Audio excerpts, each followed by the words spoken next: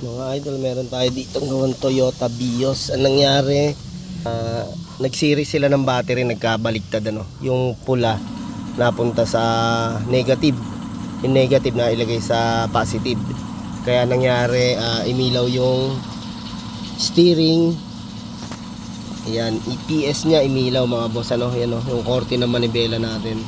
Tapos pati yung ABS imilaw din. Tapos timigas nga yung manibela mga boss ano. Kaya ngayon i-scan natin. Check naman natin yung mga fuse ni boss, okay naman.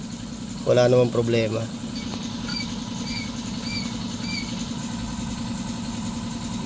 Ayun mga boss, kaya pag gagawin nyo yung ganun nga, magsisiris kayo, magkakabit kayo ng battery, talagang kailangan siguraduhin natin yung positive. Pag yung negative, kasi pag nagkapalit, sigurado kung hindi may sisirain na mga fuse sa atin, puputok yung ating fuse o maapektuhan yung mga sensor. Ayan, lumabas oh. May isa tayong fault. Ano nga ba yung fault na yan? EMPS is ECU control steering operation. Naapektuhan pati manibela, matigas yung EPS natin, electronics power steering. Kaya ngayon pwede natin yan, hinanap natin, pwede sa wiring, fuse, battery. Yan yung mga pwedeng panggalingan. Ito yung fuse ng ano natin oh, EPS. Check natin, okay naman ito, main switch.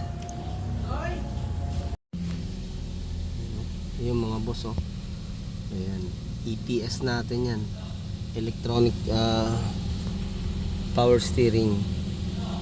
Yun yung nakailaw na yan, dapat wala. Kaya ang tigas din naman ni Bella. Hindi gumagana yung pinaka power steering nya. Yan, ating hahanapin ngayon.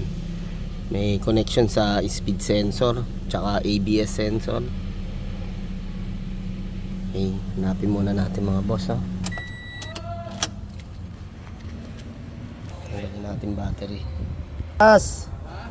Lakas.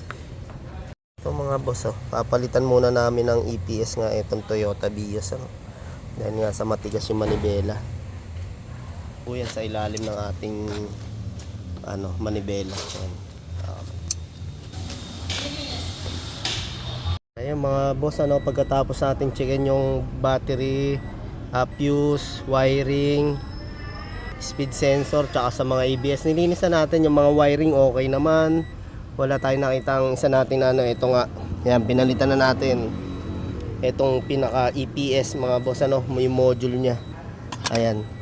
Tapos i-start natin para malaman natin pagka mabit. Hindi pa tayo nagre-reset, subukan muna natin kung talaga siyang mawawala. Yan. Okay, start. Ayun mga boss, nawala na yung ating nakailaw na EPS o power steering. Ayan, talagang ang naging problema is ito. Talagang katagalan naman bimibigay, kaya lang parang na-damage to dun sa nagkapalit nilang salpak ng battery. Mula nun, imilaw na daw mga boss no. Pero yun ang isang titignan nyo mga boss ano, wiring, fuse. Ito naman yung kinuha namin to kung hindi naman talaga mawawala, pwedeng ibalik tong parts na to. Okay naman, nawala. Kaya ayan, problem solved tayo. Sa Toyota Vios 2014 automatic.